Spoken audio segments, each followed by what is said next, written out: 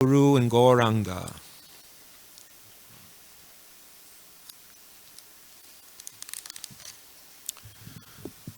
So a reading from Shema Bhagavatam, second canto, chapter 10, verse 7.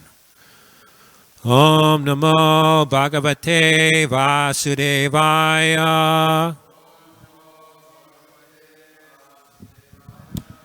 Om Namo Bhagavate Vasudevaya. Om Namo Bhagavate Vasudevaya.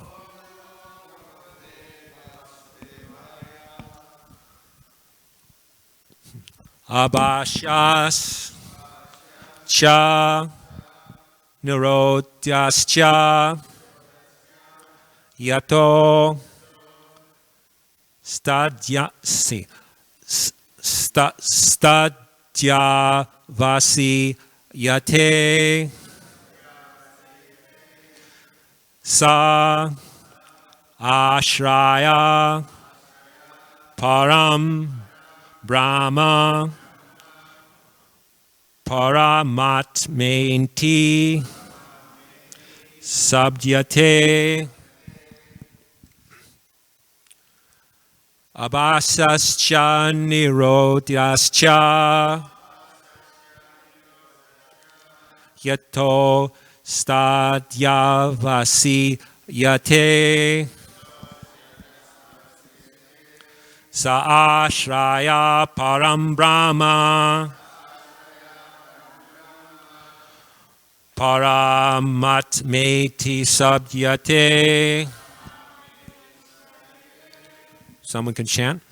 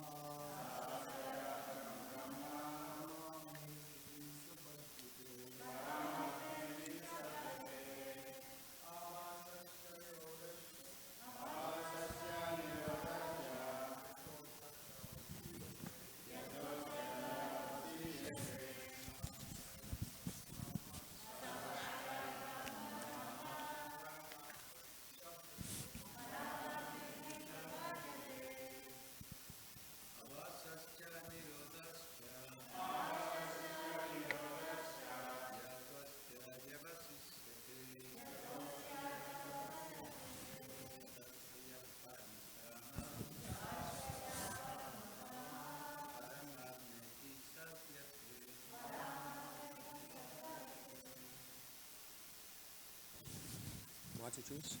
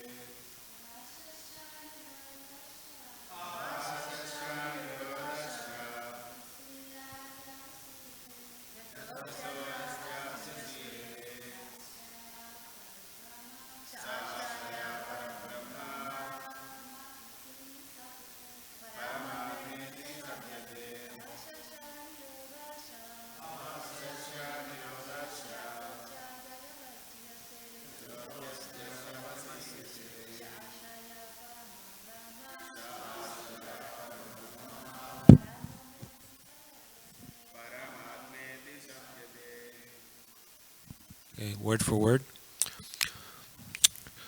Abhasaha, the cosmic manifestation. Cha, and. Nirodha, and its winding up. Cha, also. Yataha, from the source. Asti, is. Adyavasiyate, become manifested. Saha, he. Ashraya, reservoir. Param, the supreme. Brahma, being. Paramatma, the supersoul. Iti, thus. Sabdyate, called. Translation. The Supreme One who is celebrated as the Supreme Being or the Supreme Soul is the supreme source of the cosmic manifestation as well as its reservoir and winding up. Thus he is the supreme fountainhead, the absolute truth. Purport by His Divine Grace, A.C. Bhaktivedanta Swami Srila Prabhupada. Synonyms for the supreme source of all energies, as explained in the very beginning of the Srimad Bhagavatam, are Janmad Yasya Yata Vadanti Tat Tattva Vidas Tattvam Yaj Jnanam Advaityam Brahmeti Paramatmeti Bhagavan iti sabdyate, called Param Brahma, Paramatma, or Bhagavan. The word iti used here in this verse completes the synonyms and thus indicates Bhagavan. This will be further explained in the later verses, but this Bhagavan ultimately means Lord Krishna, because the Srimad Bhagavatam has already accepted the Supreme Personality of Godhead as Krishna. Krishnastu Bhagavan Swayam, the original source of all energies, or the Sanam Bonum, is the absolute truth, which is called Param Brahma, etc. And Bhagavan is the last word of the absolute truth. But even with the synonyms for Bhagavan, such as Narayana, Vishnu, and Purusha, the last word is Krishna, as confirmed in the Bhagavad Gita. Aham sarvasya prabhavo matat sarvam pravarjante, etc. Besides that, the Srimad Bhagavatam is a representation of Lord Krishna as a sound incarnation of the Lord. Krishne swa dhammopagate dharma gana dibi saha kalo nasta drisam esha puranarko dunoditaha. Srimad Bhagavatam 1:343. Thus, by general conclusion, Lord Krishna is the ultimate source of all energies, and the word Krishna means that. And to explain Krishna, or the science of Krishna, the Srimad Bhagavatam has been prepared. In the first canto of Srimad Bhagavatam, this truth is indicated in the questions and answers by Sutta Goswami and great sages like Sanaka, and in the first and second chapters of the canto, this is explained. In the third chapter, this subject is more explicit, and in the fourth chapter, even more explicit. In the second canto, the absolute truth as a personality of Godhead is further emphasized, and the indication is the Supreme Lord Krishna. The summary of Srimad Bhagavatam in 4 verses, as we have already discussed, is succinct. This Supreme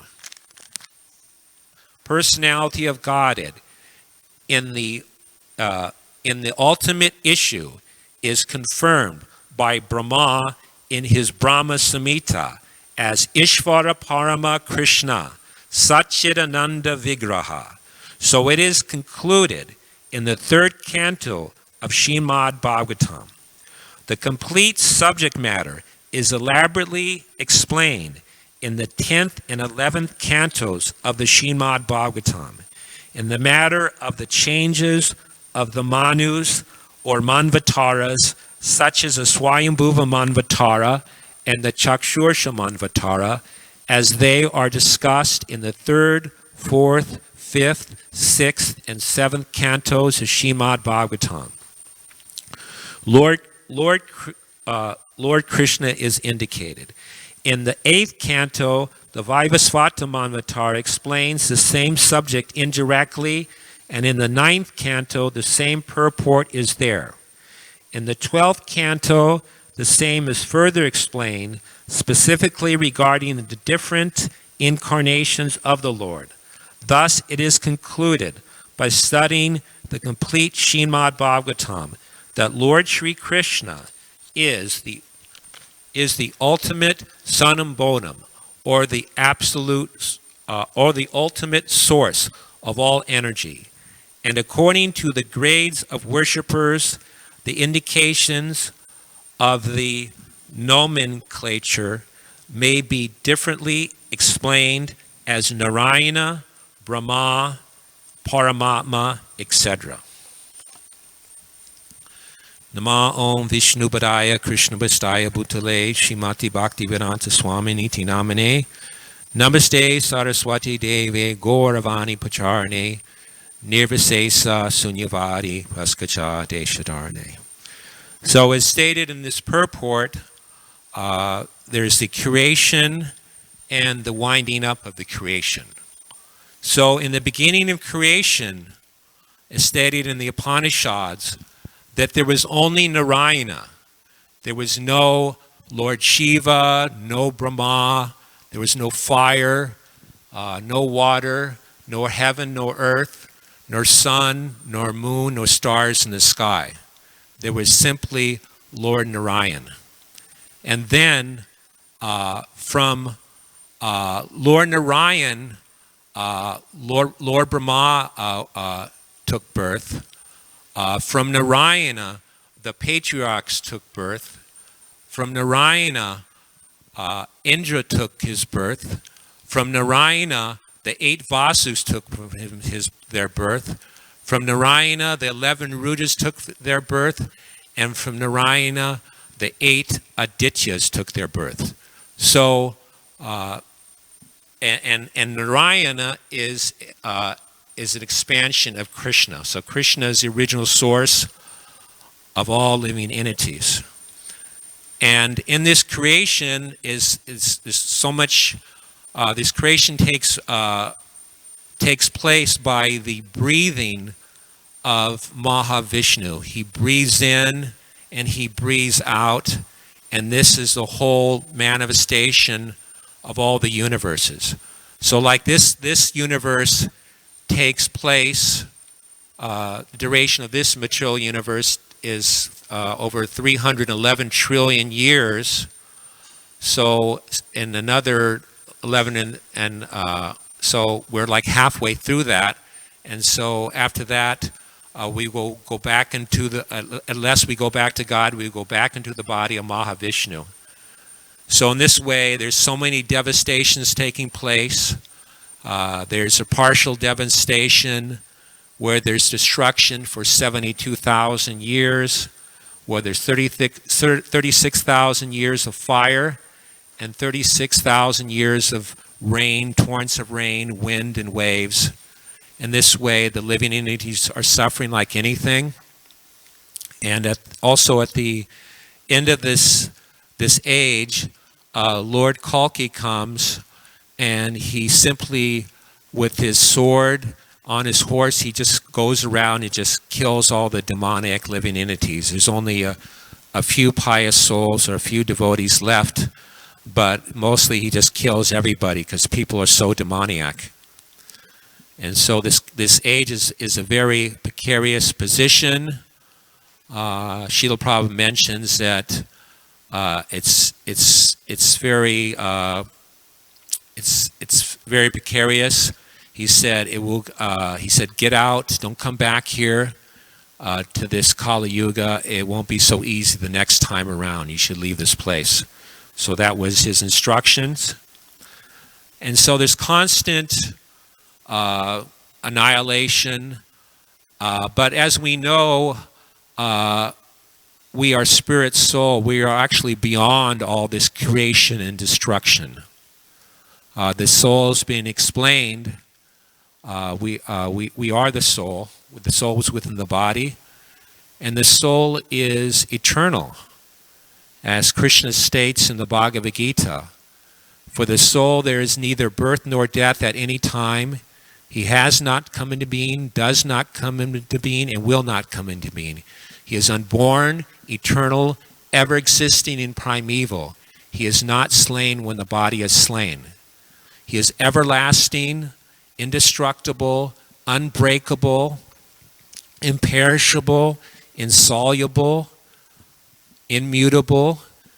He can never be cut to pieces by any weapon, nor burnt such as by fire, nor moistened by water, nor dried up or withered by the wind.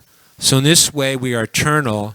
We're beyond, or we're transcendental to these creations and devastations. But just like in a dream, if you're dreaming that you're being eaten by a tiger, then even though there's no tiger there, still you have to suffer the pain of being eaten by a tiger. So this is our predicament. We're falsely identifying with this material body and this world, this temporary world, and therefore we have to suffer like anything. But we are actually eternal and full of knowledge and full of bliss.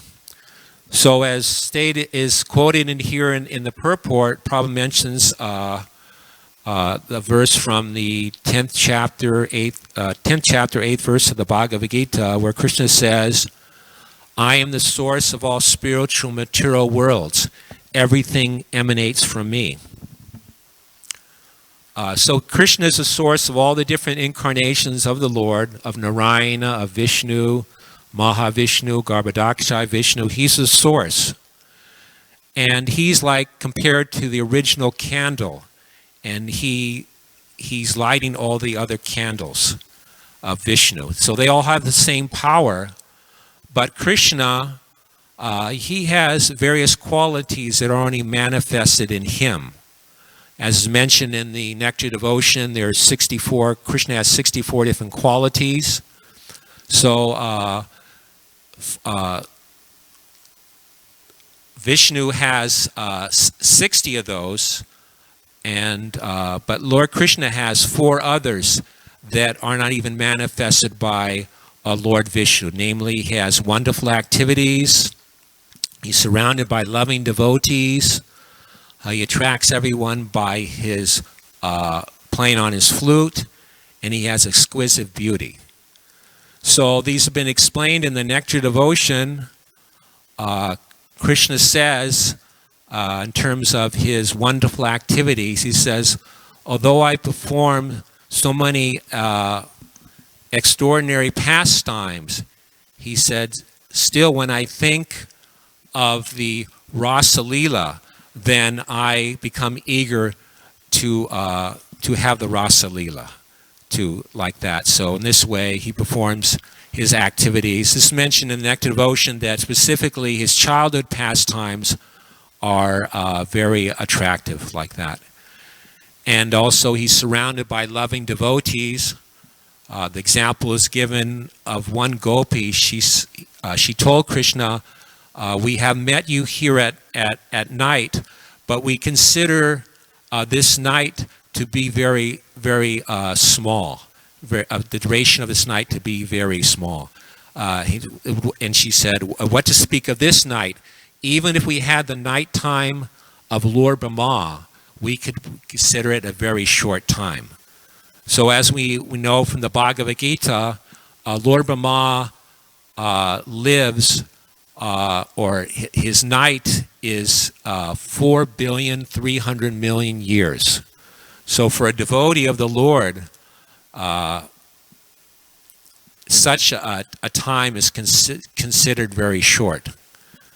And and the devotees also, when they're gone from Krishna, they consider a moment to be like 12 years or more. Just like the gopis, they would just simply blinking of their eyes is a short duration of that time. That's considered like a yuga.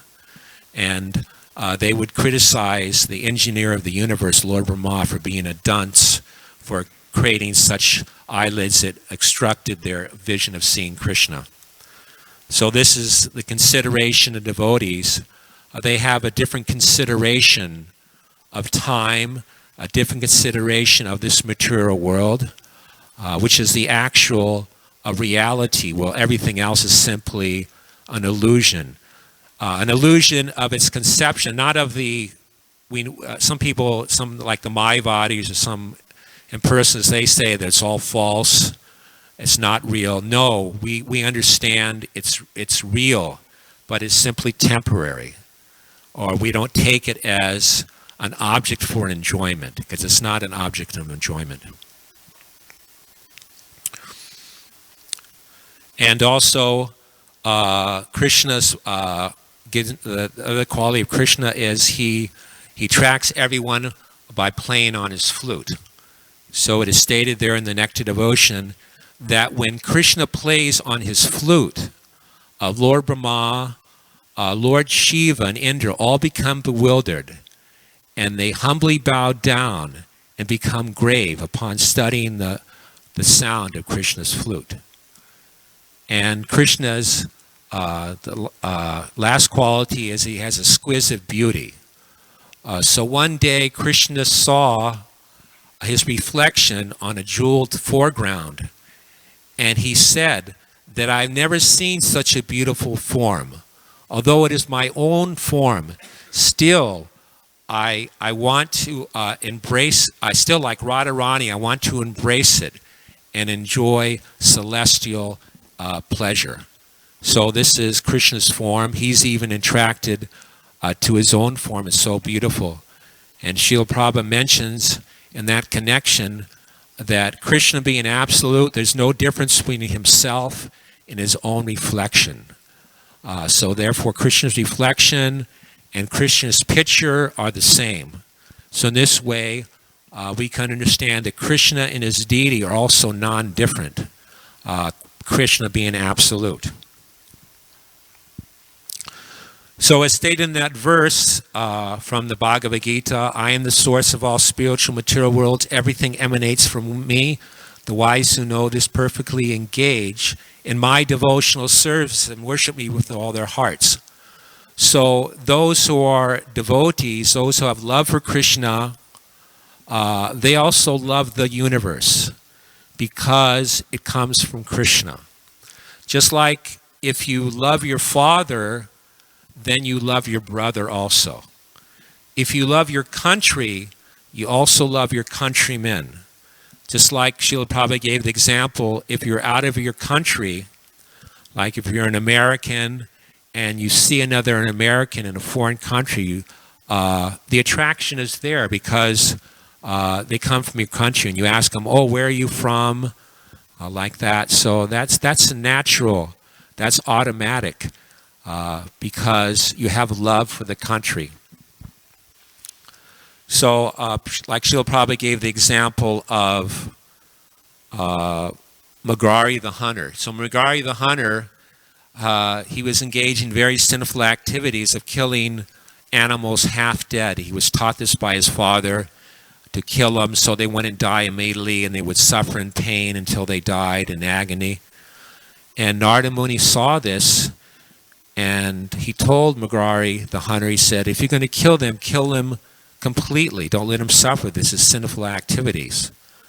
So by the association of Narada Muni, he gave up his bad activities, and Narada Muni told him to engage in devotional service, and he'll take care of all his needs. And then one day, as Narada Muni was going to visit his disciple Magari, he came with Parvat Muni, and they came there, and Murari was going to greet them, but in front of him were some ants, so he was jumping here and there to avoid stepping on the ants. So just see the wonderful activities of a devotee. Before, he was engaged in so many sinful activities, but now he's not prepared to kill even an ant. So this is the quality of a devotee, not that, oh, I love my countrymen, I love the men and ladies in my country, but to hell with the animals, to hell with the cows, the goats, the serpents. No. He cares about every living entity. Krishna is the Father. He's the Father of all living entities. Krishna says that. There's 8,400,000 different species of life. So he knows that they're all the sons of Krishna. We're all brothers. In this way, he loves everyone. He doesn't want to exploit anyone. So this love is there. And so how do we utilize that love? How do we give that love? Prabhupada gave that common example of the tree. If you love the root of the tree, then you will love all the branches, the flowers, and the fruits. So to love the tree, so that means, what does that mean to love the tree? That means you give your attention to the root, you water the root, and by watering the root of the tree, then everything becomes nourished. And if you love your body, you love your finger also. But if you don't care for your body, if you don't care about your health, you don't care about your finger. So the same principle, if you love your body, you love your body by supplying food to the stomach. In this way, all the different parts are being nourished. Not that, oh, I love my body, so let me get food to my nose, my eyes, my ears, my different hairs. No. Simply by offering food to the stomach, one nourishes the body. So love means service. That's the definition of love. Without service, there's no love without service, and there's no understanding without service. One cannot understand Krishna without service. And understanding Krishna means to understand his name, his quality, his pastimes. Like those who don't perform service to Krishna, sometimes they hear various pastimes in Shema Bhagavatam and other Vedic literatures, whether it's Krishna or his different incarnations, and they can't understand. To them, it seems like mythology. They can't understand it. The reason is because they don't perform any service to Krishna. Therefore, they cannot understand. You can't understand Krishna by your blunt material senses. That is not possible. But one actually gets full understanding, full realization when Krishna reveals this to him. And this service, so one may say, well, how do I serve Krishna? So this service begins from the tongue. This is where service begins, simply by utilizing the tongue. And the tongue has two functions: to taste and to vibrate.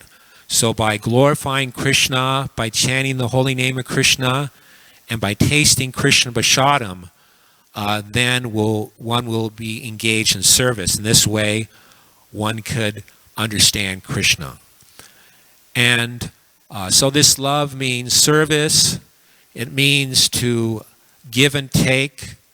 There are 6 loving exchanges between devotees and the Supreme Lord, which is to give gifts and receive gifts, to reveal one's mind in confidence and inquire confidentially, and to give Prashadam and to accept Prashadam. So in giving Prashadam and accepting Prashadam, we as devotees, we're invited to come and take Prashadam, But Srila Prabhupada mentions that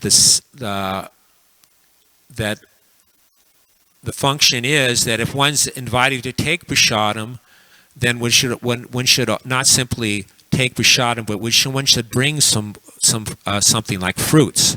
In this way, the fruits are also offered and distributed as prasadam. So it's not simply taking, but also giving. If one simply just takes and takes and takes and doesn't give, there's no reciprocation of love. It's simply exploitation. And we have to inquire confidentially. So this is done by hearing Bhagavad Gita. Krishna gives confidential knowledge by speaking Bhagavad Gita in this way. By hearing it, we get that. And we should submit to Krishna. We should reveal our minds to him that if we're suffering in this way, and that we're being tossed in the ocean of material existence, please help me. I'm simply being tossed here and there, and I'm suffering. Please get me out of this situation. So this material world is simply like an ocean of material existence. One is simply in the ocean, just like if you're put in the middle of or even by the coast, right by the coast of the Pacific Ocean. If there's some waves there, and they're very strong, one becomes helpless. Sometimes on the shore there's these rip tides, and if you don't know how to swim properly to get out of them, they just pull you out farther and farther, and eventually you drown. So there's danger there. But in the middle of the ocean, if there's big waves, there's no way one could avoid those. But people are so foolish, they think they could make adjustments in the material world and become happy. But this is simply first-class foolishness. It is not possible. This material world is compared to a hospital, and we are simply madmen running in the streets. Simply madmen running the streets. But Krishna is our Father, so we have the richest Father. But someone is thinking, oh, give this person some food, that will help him. Give him some clothes. Give him a house. But still, the madness remains. So this world is for curing this madness and to send us back home, just like the hospital. The hospital is there to get us better and then to send us back home. But men are of the mistaken idea to make a permanent settlement in this madhouse. Just like the hog.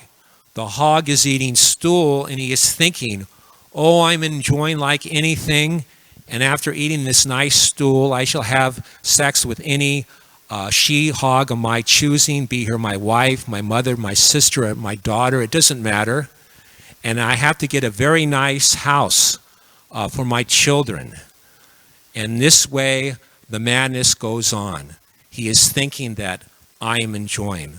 But there's no enjoyment in this material world. It's simply suffering. Suffering on and on and on.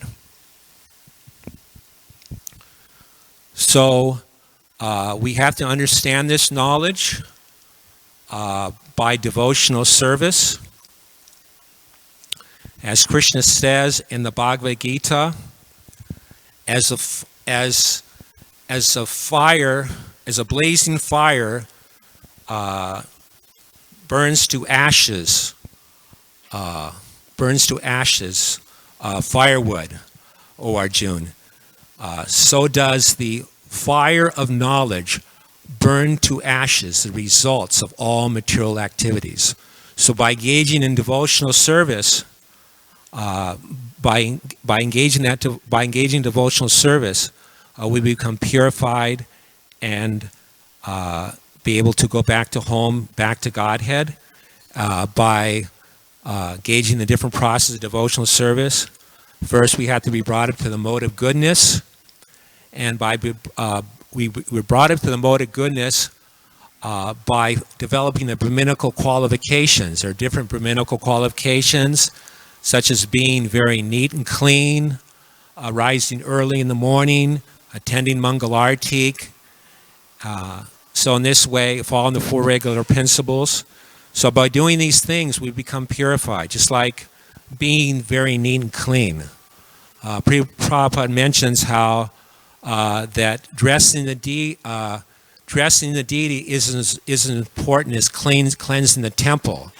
Not that the temple remains dirty and we simply dress the deity. No, both things are important.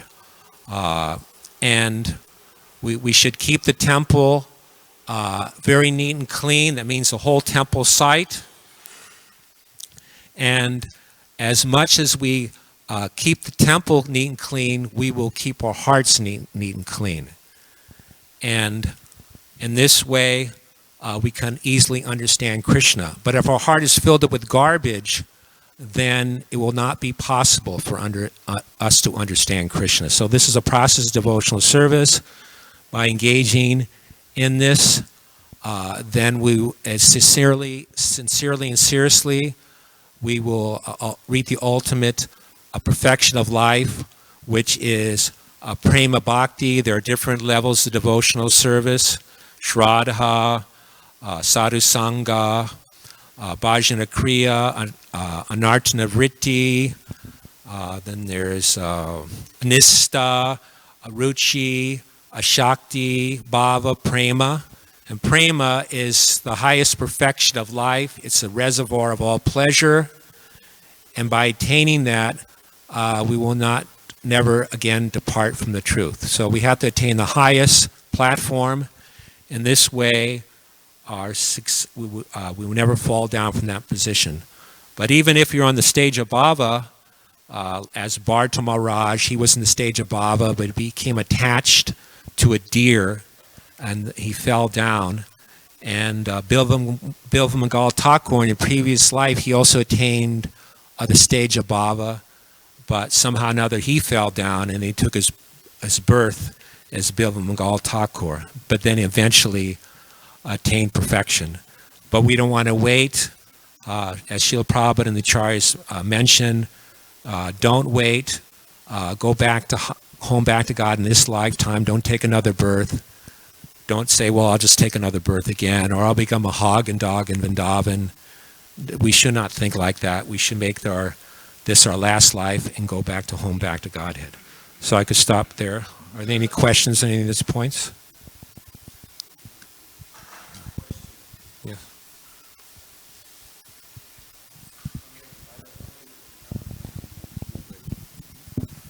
So the question is that you were mentioning that Krishna is absolute and is not different between him and Krishna being in the picture, right? So then sometimes we see that, for example, in the Pujari room, there's a lot of carefully, the preparations that we do for Krishna's bhoga or food is done with quality, and devotees are eager to get the Mahaprasadam from Krishna because it's offered right there in the altar. So now, on the other side, we have the big deity kitchen, who may not necessarily be like the same quality as we put in the Pujari room. And if it's so, if we do have the same love and attention and care and quality, wouldn't be like, instead of offering in the picture in the kitchen, just bring a little bit and put it in the altar here, so devotees will get mad for Mahaprasadam. But I see that mostly they don't even pay much attention of the Mahaprasadam offered from the deity kitchen, that the one offered from the deity kitchen, yeah, but not from the big kitchen. And sometimes we see that live members, they come and bring some sugar. The ingredients may not be suitable, or canned food. Canned food cannot be offered in the deity department there because it goes to the deity directly here, Krishna.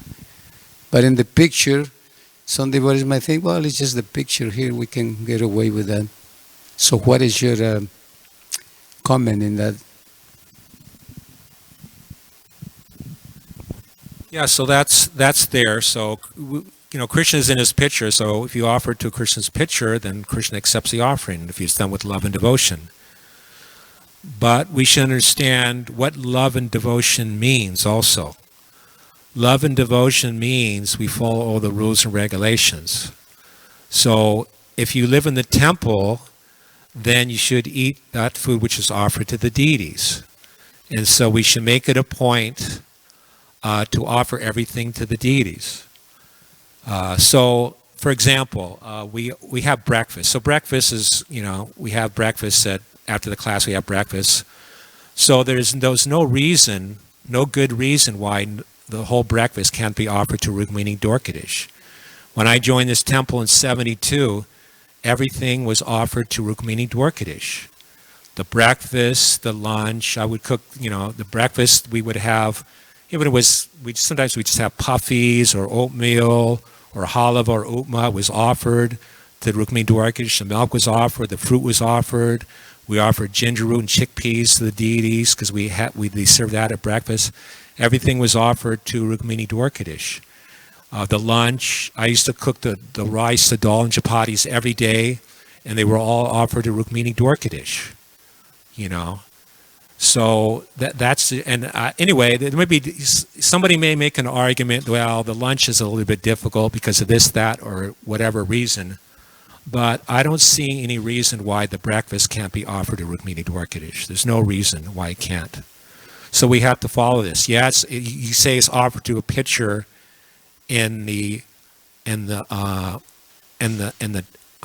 kitchen, but we have to understand the instruction of Prabhupada is one should eat in the temple, and he said, especially if one lives at the temple, one should eat at the temple, and that eating at the temple means that a food is offered to the deity in the temple. So that's his instruction. So we just have to follow that. Well, it's the thing with the quality has to be up to standard too, and there's so many. Srila Prabhupada mentions in the I think it's the Chaitanya Charitamrita. He said to offer the deities nice foods, like in America, is not a problem. You have so many vegetables and fresh things you could offer the deity. It's not an issue in your country, So it's not I mean, you have to consider that it's like we should eat Krishna Prashadam. I mean, in emergency situations, you could practically eat anything, but we're not in that emergency situation. So we should offer nice things to the deity. And then also it helps you cut down on enjoying the tongue like that. Because if you think, well, I want to offer this nice thing to Krishna, so it has to be offerable, If you think, well, this is not very nice to offer to Krishna, but I like its taste, so let me offer the picture of Krishna and eat it anyway. It's just doesn't make any sense. So this way we have to follow all the instructions, and this way we're in a safe position. Okay? Anybody else would like to say anything? Okay, back there.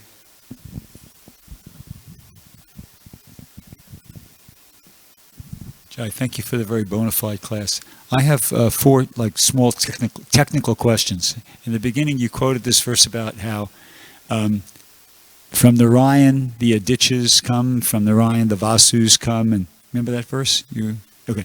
So I always got the impression that from the Ryan Brahma came, and then from everything else came from Brahma. So is that verse? It kind of sounds like everything things are coming directly from the Ryan. But what is the actual situation? Is it Narayan, Brahma, and then everything else, or is it Narayan, Brahma, Narayan, Adityas, Narayan, Vasus, Narayan?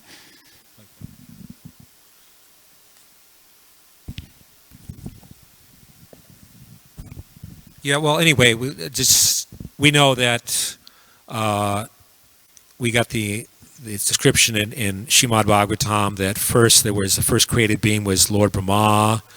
And then from a Lord Brahma, like for example, from a Lord Shiva came from the forehead of Lord Brahma, for example. So, and the different living entities came from Brahma. His different sons, or the patriarchs, they came from Brahma. But so there's that there's that there, but that's a verse mentioned that Prabhupada quotes. He gave the Sanskrit. I just gave the English to it. It's in the 10th chapter, 8th verse of the purport. He mentions, from Narayan is born Brahma. From Narayan is born the patriarchs. From Narayan is born. So you could see it. You could see it. He's ultimately gives birth to the Adityas, the Rudras too, but not in the way we may think, but like that. There's also different creations like that. So sometimes in the creations, like it's stated in Shema Bhagavatam, that there's description of how the creation takes place. I think it's about the different coverings of the universe, and then there's one verse explains how they appeared in a different way. And Srila Prabhupada mentions that in the purport, that sometimes the creation is, according to the creation, things are done in a different way. But so anyway, that verse is from the Bhagavad Gita. So I just quoted from that verse.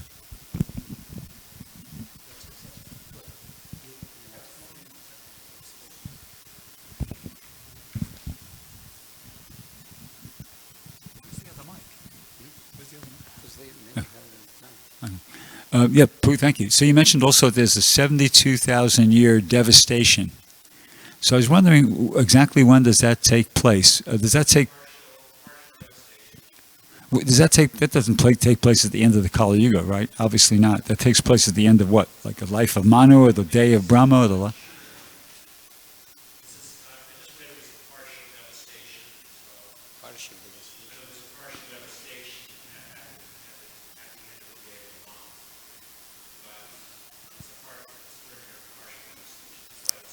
Okay, and you mentioned that the living entities are suffering greatly. Are there living entities alive during that time?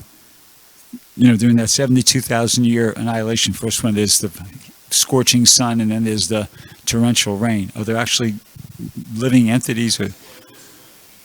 Okay, because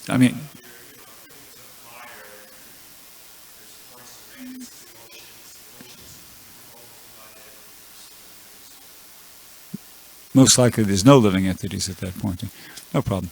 And the last one was that you mentioned about Bilvamangala Thakur, how he was in Bhava, and then in his previous life. I remember, but was he in Bhava? Is it stated someplace that he reached Bhava in a previous life? Because I know in this. Okay. Okay. Good. Thank you. Very bona fide class. Thank you very much.